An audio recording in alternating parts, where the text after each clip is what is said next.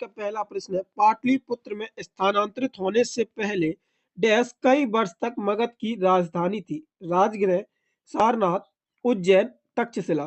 तो पाटलिपुत्र स्थानांतरण से पहले मगध की कई वर्ष तक कौन सी जगह राजधानी रही? राजगृह रही, सारनाथ रही, उज्जैन रही या तक्षशिला। तो इसका जो राइट ऑप्शन होगा वो होगा राजगृह। राजगृह पाटलिपुत्र स्थानांतरण से पहले मगध की राजधानी रही है। मगध की बात हुई है तो मौर्य साम्राज्य की बात करते हैं। मौर्य साम्राज्य जिसका संस्थापक जो था वो चंद्रगुप्त मौर्य था और उसका शासनकाल कितना था मौर्य साम्राज्य का? तो 322 बीसी से 297 बीसी तक। अच्छा, यहाँ पे देखते हैं बिंदुसार के बारे में। बिंदुसार जिसका शासनकाल 297 से 273 बीसी तक रहा। और अशोक अशोक का शासनकाल रहा 269 बीसी से 232 बीसी तक। अशोक ने अपने जीवन काल में जो युद्ध लड़ा था वो कलिंग का युद्ध लड़ा था। कलिंग का युद्ध कब लड़ा था अशोक ने? तो वो 261 बीसी में कलिंग का युद्ध लड़ा था अशोक ने। अब देखते हैं अगला प्रश्न। ये सीरीज आप लोगों की SSC GD previous year question की सीरीज चलाई जा रही है। एसएससी जीडी के फॉर्म ऑनलाइन हो चुके हैं, साइट चालू हो चुकी है ऑनलाइन फॉर्म के लिए। तो आप लोग फॉर्म को ऑनलाइन कर दीजिए और हमारे साथ जीएस में इस सीरीज के साथ जरूर जुड़े।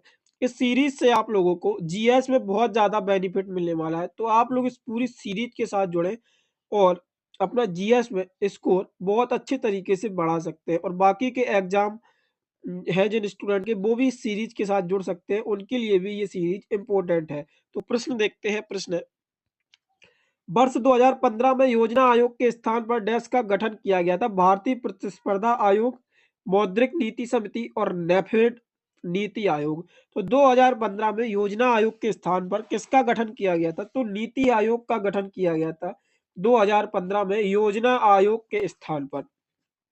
नीति आयोग जिसकी स्थापना कब हुई थी? उसकी स्थापना 1 जनवरी 2015 को योजना आयोग के स्थान पर की गई थी।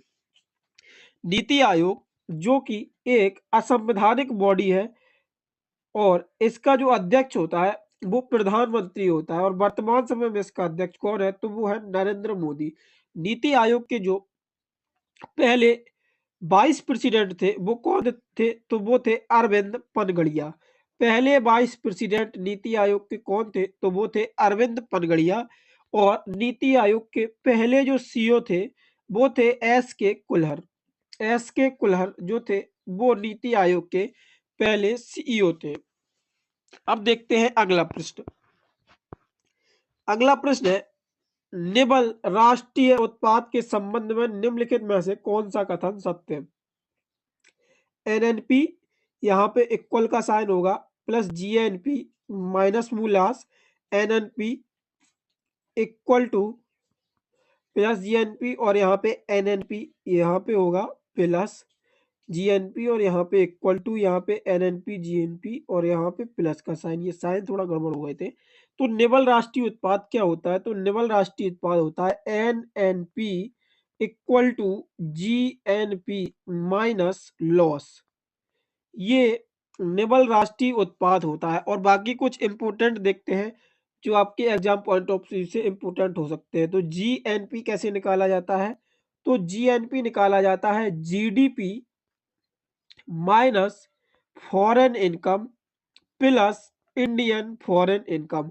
जीएनपी निकाला जाता है जीडीपी में से माइनस कर दिया जाता है जो विदेशियों की आय है और प्लस कर दिया जाता है जो विदेश में भारतीयों की आय है। तो उससे जीएनपी हमें मिल जाता है। और पर कैपिटा इनकम कैसे निकाला जाता है? तो पर कैपिटा इनकम निकाला जाता है total population income upon total population. तो इससे पर कैपिटा इनकम निकाला जाता है। अब देखते हैं अगला प्रश्न। अगला प्रश्न है, 1867 में बंबई के किस संस्था की स्थापना हुई थी? प्रार्थना समाज, थियोसफिकल सोसाइटी, युवा बंगाल आंदोलन, रामकृष्ण मिशन।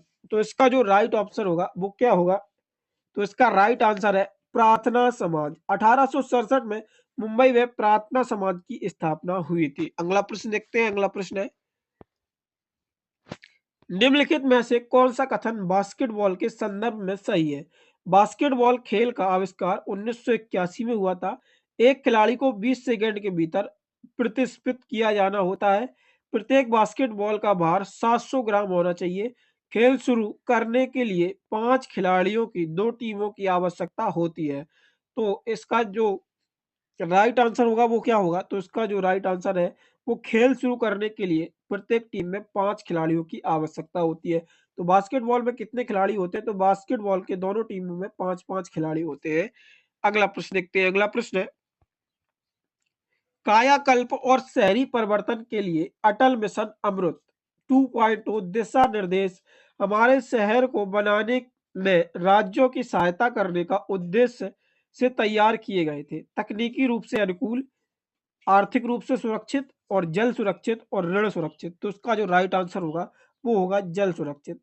शहरों को जल सुरक्षित बनाने के लिए कायाकल्प और शहरी परिवर्तन की शुरुआत की गई थी। अब देखते हैं अगला प्रश्न। अगला प्रश्न है, निम्नलिखित में से कौन सा राज्य बांस ड्रिप सिंचाई संयंत्र का उपयोग करता है? सिक्किम, मेघालय, असम, त्रिपुरा।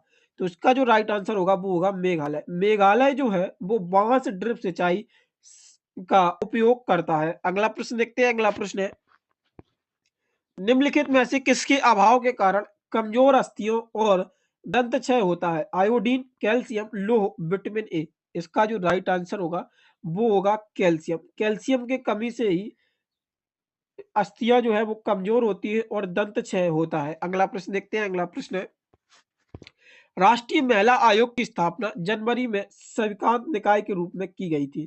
तो ये कब? 1992, 1999, 1989 और 1995। तो उसका जो राइट आंसर होगा वो होगा 1992। जनवरी 1992 में राष्ट्रीय महिला आयोग की स्थापना की गई थी।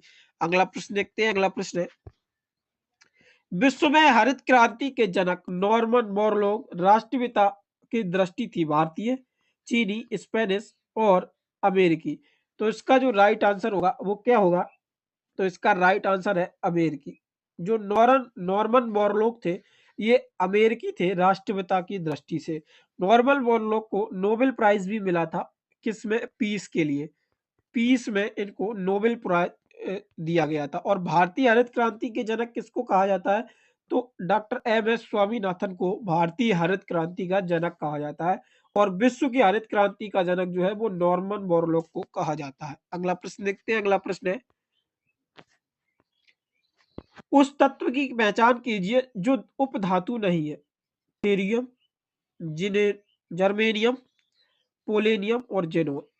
तो इसमें हमको क्या पहचानना है? जो उपधातु नहीं है। तो इनमें से कौन सा तत्व उपधातु नहीं है? तो उसका राइट आंसर होगा जेनोन। जेनोन जो है वो उपधातु नहीं है। बाकी की ये तीनों ऑप्शन उपधातु के हैं। तो उसका राइट आंसर क्या होगा? जेनोन। अगला प्रश्न देखते हैं। अगला प्रश्न है, फुलदेई जो कि एक फसल उत्सव है मुख्य रूप से भारत के निम्नलिखित में से किस राज्य में मनाया जाता है? गुजरात, मेघालय, उत्तराखंड और आंध्र प्रदेश। तो ये फूलदेई जो फसल उत्सव है ये किस राज्य में मनाया जाता है? तो जो फूलदेई फसल उत्सव है ये उत्तराखंड राज्य में मनाया जाता है। अगला प्रश्न देखते हैं। अगला प्रश्न है, विश्व प्रसिद्ध नृत्यांगना गुलाबो सपेरा को निम्नलिखित में से किस नृत्य शैली के लिए जाना जाता है? कालबेलिया, चक्री, भावई और कथक। तो इसका जो राइट आंसर होगा वो होगा कालबेलिया। कालबेलिया नृत्य शैली के लिए गुलाबो सपेरा को जाना जाता है। और ये कालबेलिया नृत्य कहाँ का है? ये राजस्थान का लोक नृत्य है और इसको विश्व धरोहर में भी सम्मानित रखा गया था। कालबेलिया नृत्य को विश्व धरोहर में शामिल किया गया है।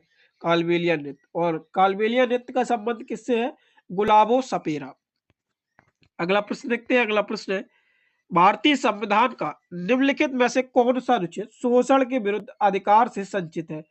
अनुच्छेद 27-28, अनुच्छेद 23-24, अनुच्छेद 33-34 और अनुच्छेद 37-38। इसका जो राइट आंसर है वो क्या होगा? तो इसका जो राइट आंसर है वो होगा अनुच्छेद 23-24 शोषण के विरुद्ध अधिकार से संचित है। यहाँ पे इम्पोर्टेंट प्रश्न बताते हैं आप लोगों को जो एग्जाम पॉइंट ऑफ व्यू से इम्पोर्टेंट है और एसएससी ने कई बार पूछा है। भारतीय संविधान की आत्मा बी आर अम्बेडकर ने कौन से अनुच्छेद को कहा था? तो अनुच्छेद 32 को बी आर अम्बेडकर ने भारतीय संविधान की आत्मा कहा था? और जवाहरलाल नेहरू ने भारतीय संविधान की आत्मा किसको कहा था? तो उन्होंने प्रस्तावना को भारतीय संविधान की आत्मा कहा था। अगला प्रश्न देखते हैं। अगला प्रश्न है, निम्नलिखित में से कौन तब अध्यादेश जारी कर सकता है जब राज्य विधानमंडल सत्र में ना हो और वह संतुष्ट हो कि तत्काल कार्रवाई की आवश्यकता है? विधानसभा अध्यक्ष, राज्यपाल, राष्ट्रपति और मुख्यमंत्री। तो इसका जो राइट आंसर है वो क्या होगा? तो वो होगा राज्यपाल। अध्यादेश जारी कर सकता है जब राज्य विधानमंडल सत्र में ना हो, तो राज्यपाल अध्यादेश जारी करता है। अच्छा, अब यहाँ पे सेंट्रल की देख लेते हैं। वहां पे राष्ट्रपति अध्यादेश जारी कर सकता है आर्टिकल 123 के तहत, जब लोकसभा सत्र में ना हो और उसे लगता हो कि ये कार्यवाही बहुत तत्काल रूप से, प्रभावी रूप से जारी करनी चाहिए। जैसे कोरोना के समय राष्ट्रपति ने कई अध्यादेश जारी किए थे, फिर बाद में जब लोकसभा का सत्र संचालित हुआ तो उन लॉ को पास भी कर दिया गया था और जो जरूरी नहीं थे उनको रिमूव कर दिया गया था। तो ऐसे सेंट्रल में राष्ट्रपति अध्यादेश जारी कर सकता है जब लोकसभा ना हो, और राज्य में राज्यपाल अध्यादेश जारी कर सकता है जब राज्य विधानमंडल सत्र में ना हो। अगला प्रश्न देखते हैं। अगला प्रश्न है, उपभोक्ता संरक्षण अधिनियम 2019 में पारित किया गया था और डैश में लागू हुआ था? 2021 में, 2019 में, 2022 में और 2020 में। तो इसका राइट आंसर क्या होगा? तो इसका राइट आंसर होगा 2020। उपभोक्ता संरक्षण अधिनियम 2019 में लागू किया गया था, लेकिन पारित किया गया था, लेकिन उसको लागू 2020 में किया गया था। अगला प्रश्न देखते हैं। अगला प्रश्न है, सम्राट अशोक किसके पुत्र थे? अजातशत्रु, बिंबिसार, चंद्रगुप्त मौर्य और बिंदुसार। तो इसका राइट आंसर क्या होगा? तो इसका जो राइट आंसर है वो है बिंदुसार। सम्राट अशोक जो थे वो बिंदुसार के पुत्र थे। बिंदुसार जो कि मौर्य साम्राज्य का राजा था और 297 बीसी से 273 बीसी तक इसने शासन काल किया था। चंद्रगुप्त मौर्य जो कि मौर्य साम्राज्य का संस्थापक था, और सम्राट अशोक, इनका शासनकाल कब तक था? तो 269 बीसी से 232 बीसी तक सम्राट अशोक ने शासन किया था। सम्राट अशोक ने एक युद्ध लड़ा था, कलिंग का युद्ध, जो मैंने आपको पहले ही प्रश्न में बताया था, वो 261 बीसी में लड़ा था। और ये सम्राट अशोक के जीवन का, सॉरी, पहला और आखिरी युद्ध था। इसके बाद सम्राट अशोक ने कोई युद्ध नहीं लड़ा था। 261 बीसी में कलिंग का युद्ध लड़ा गया था सम्राट अशोक के द्वारा। अगला प्रश्न देखते हैं। अगला प्रश्न है, निम्नलिखित में से किसे फूल्स गोल्ड के रूप में जाना जाता है? FES, Fe2S3, FES2 और FES3। तो इस प्रश्न में पूछा गया है किस तत्व को मूर्खों का सोना कहा जाता है? तो इसका जो राइट आंसर होगा वो होगा ऑप्शन नंबर 3, FeS2 को ही मूर्खों का सोना यानी कि फूल्स गोल्ड कहा जाता है। अगला प्रश्न देखते हैं। अगला प्रश्न है, निम्नलिखित में से कौन सा धोने का सोडा का रासायनिक सूत्र है? Na2CO3.10H2O, Na2CO3.10H2O, Na2CO2 और Na CO2 और .H2O। तो इसका जो राइट आंसर होगा वो क्या होगा? तो इसका राइट आंसर होगा, धोने के सोडे का जो फॉर्मूला है वो है Na2CO3.10H2O। ये धोने के सोडे का फॉर्मूला है। अगला प्रश्न देखते हैं। अगला प्रश्न है, वे श्रमिक जो अपनी आजीविका कमाने के लिए एक उद्यम के मालिक हैं और उसका संचालन करते हैं, उन्हें के रूप में जाना जाता है? स्वनियोजित, सेल्फ एम्प्लॉयड, कुशल श्रमिक, स्किल वर्कर और आकस्मिक श्रमिक, नियमित वेतनभोगी श्रमिक। तो इसका जो राइट आंसर होगा वो होगा नियमित वेतनभोगी श्रमिक के रूप में उनको जाना जाता है। अगला प्रश्न देखते हैं। अगला प्रश्न है, आगा खा गोल्ड कप निम्नलिखित में से किस खेल से संबंधित है? Basketball, tennis, hockey, golf. तो इसका जो राइट आंसर होगा वो होगा हॉकी। आगा खा जो कप है वो हॉकी से संबंधित है। अगला प्रश्न देखते हैं। अगला प्रश्न है, विशाखापट्टनम स्थल डैश रुद्र स्थल और अच्छी तरह से संरक्षित बंदरगाह है। गहरा, सबसे लंबा, छिछला और सबसे छोटा। तो इसका जो राइट आंसर होगा वो क्या होगा? तो इसका जो राइट आंसर है वो होगा गहरा। विशाखापट्टनम सबसे गहरा बंदरगाह है। अगला प्रश्न देखते हैं। अगला प्रश्न है, भारत की 7वीं पंचवर्षीय योजना का वास्तविक विकास दर क्या थी? तो इसका जो राइट आंसर होगा वो क्या होगा? भारत की जो 7वीं पंचवर्षीय योजना थी, उसका विकास दर क्या थी? ये हम विकास दर बाद में देखेंगे। पहले हम 7वीं पंचवर्षीय योजना के बारे में थोड़ा डिटेल से डिस्कस करते हैं। 7वीं पंचवर्षीय योजना 7वीं पंचवर्षीय योजना का समय क्या था? तो 7वीं पंचवर्षीय योजना का समय था 1985 से 1990 तक 7वीं पंचवर्षीय योजना का समय था। 7वीं पंचवर्षीय योजना थी वो किस मॉडल पर आधारित थी? तो 7वीं पंचवर्षीय योजना John W John W Miller model पर जॉन डब्ल्यू मिलर मॉडल पर आधारित थी 7वीं पंचवर्षीय योजना। और 7वीं पंचवर्षीय योजना में एक नारा भी दिया गया था। वो क्या नारा दिया गया था? भोजन, काम और उत्पादन। क्या दिया गया था नारा? भोजन, काम और उत्पादन। ये 7वीं पंचवर्षीय योजना का नारा दिया गया था। ये 7वीं पंचवर्षीय योजना की कुछ मुख्य बातें थी। 7वीं पंचवर्षीय योजना का समय क्या था? 1985 से 1990। और 7वीं पंचवर्षीय योजना किस मॉडल पर आधारित थी? तो वो जॉन डब्ल्यू मिलर मॉडल पर आधारित थी। और 7वीं पंचवर्षीय योजना में कौन सा एक महत्वपूर्ण नारा दिया गया था? तो वो नारा दिया गया था भोजन, काम और उत्पादन। अब देखते हैं प्रश्न।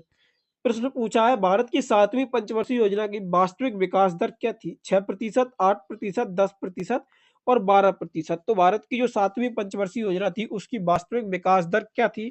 तो इसका राइट आंसर होगा 6% इसकी वास्तविक विकास दर थी। और इस योजना में जो प्रति व्यक्ति आय हुई थी, वृद्धि हुई थी, तो उसमें 3.6% की प्रति व्यक्ति आय की वृद्धि हुई थी। अब देखते हैं अगला प्रश्न।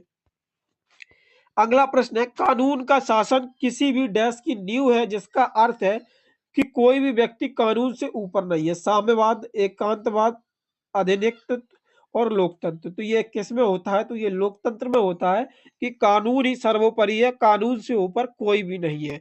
अगला प्रश्न देखते हैं, जिसका आंसर आप लोगों को कमेंट बॉक्स में देना है। और ये प्रश्न आप लोगों के लिए है, किन दो देशों के से मृत सागर की सीमा जुड़ती है? इजराइल और जॉर्डन से, सीरिया और जॉर्डन से, इजराइल और ट्यूनीसिया से, जॉर्डन और तुर्की से। तो आप लोगों को बताना है मृत सागर से किन दो देशों की सीमा जुड़ती है। इसका आंसर आप लोग हमें कमेंट बॉक्स में देंगे। अगर आप लोगों को वीडियो पसंद आई हो तो वीडियो को लाइक करें और अपने दोस्तों के साथ शेयर करना ना भूलें इस वीडियो को। और अगर आप लोग इन प्रश्नों का ऑनलाइन टेस्ट देना चाहते हैं तो डिस्क्रिप्शन में वेबसाइट का लिंक दे रखा है, वहां से आप लोग इन प्रश्नों का ऑनलाइन टेस्ट भी दे सकते हैं। पीडीएफ प्राप्त करने के लिए आप लोग हमारे टेलीग्राम चैनल से ज्वाइन कर सकते हैं। वहाँ पे आप लोगों को इस वीडियो का पीडीएफ भी प्रोवाइड करा दिया जाएगा। बाकी चैनल पर नए हैं तो चैनल को सब्सक्राइब जरूर करें आप लोग, जिससे हम लोगों को मोटिवेशन मिले और अच्छा कंटेंट लाने के लिए। धन्यवाद।